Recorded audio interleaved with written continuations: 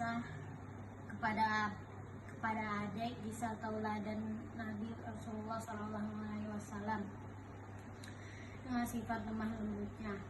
Kisah ini menceritakan teror fisik kepada Nabi SAW. Suatu hari Nabi SAW sedang sholat di Masjidil Haram. Dari kejauhan terlihat Uqbah bin Abi Mu'id datang menuju masjid. Langkahnya tergesa-gesa, karena wajahnya penuh kebencian. Begitu dekat dengan Rasulullah SAW, ia langsung mengarahkan tangannya ke leher Nabi SAW yang sedang sholat. Kedua tangan Uqbah yang kekar itu mencekik leher Rasulullah SAW. Nabi SAW tidak sempat mengelak karena tidak menduga ada orang yang tega melakukan itu saat sedang sholat. Cekikan Uqbah begitu kuat hingga beliau hampir tak bisa bernafas. Rasulullah SAW tersungkur seketika, tidak berdaya, tidak kuasa menahan kuatnya. Cekikan Uqbah. Ala khuta al-habib. Mengapa Uqbah sampai berbuat seperti itu? Sesungguhnya Uqbah telah berhasil dipengaruhi oleh dakwah Nabi SAW dan hampir saja dia memeluk Islam.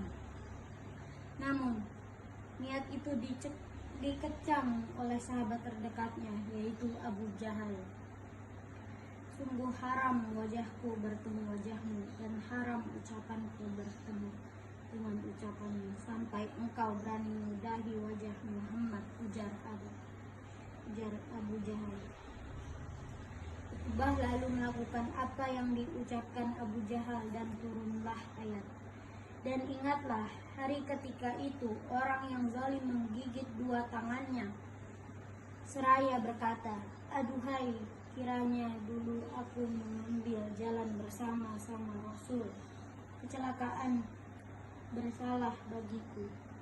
Kiranya aku dulu tidak menjadikan si fulan itu teman-teman akrabku. Sungguh, dia telah menyesatkan aku dari Al-Quran. Saat Al-Quran itu telah datang kepadaku, dan adalah setan itu tidak mau menolong manusia. Quran surat Al-Furqan ayat 27-29. Teror fisik menjadi jalan lain yang dilakukan kaum Quraisy untuk menahan gerak dakwah Nabi SAW. Keputusan untuk melakukan hal itu diambil dalam sebuah pertemuan yang dihindari para pembesar Quraisy. Salah satu di antara mereka ada yang melempari Nabi SAW dengan joran kambing saat beliau mendirikan sholat. Ada yang meludahi dan ada juga yang memasukkan bangkai ke periuk saat Nabi SAW sedang memasak. Lain lagi yang dilakukan oleh Umayyah bin Khalaf bila melihat Rasulullah SAW, dia langsung mengumpat dan mencelanya. Oleh karena itu turunlah ayat tentang dirinya. Celakalah bagi tiap pengumpat. Al-Humazah lagi pencela. Quran surat Al-Humazah ayat 1. Sementara itu Ubay bin Khalaf tak jauh beda dengan Uqbah bin Abi Mu'id. Suatu hari Uqbah terlihat oleh Ubay sedang mendengarkan Rasulullah SAW membaca Al-Quran. Ubay mengejek Uqbah dan dia menumpahkan kotoran tersebut di atas punggung beliau di antara dua bahunya. Kotoran itu cukup banyak sehingga membuat Nabi SAW tidak mampu bangkit. Mereka lalu tertawa melihat Uqbah melakukan itu sambil saling mencolek dan memiringkan badan satu sama lain. Sementara Rasulullah SAW tetap masih sujud. Fatimah mendengar kejadian itu. Ia langsung datang menemui ayahnya tercinta. Ia terkejut menyaksikan punggung ayahnya penuh kotoran sambil menangis. Fatimah segera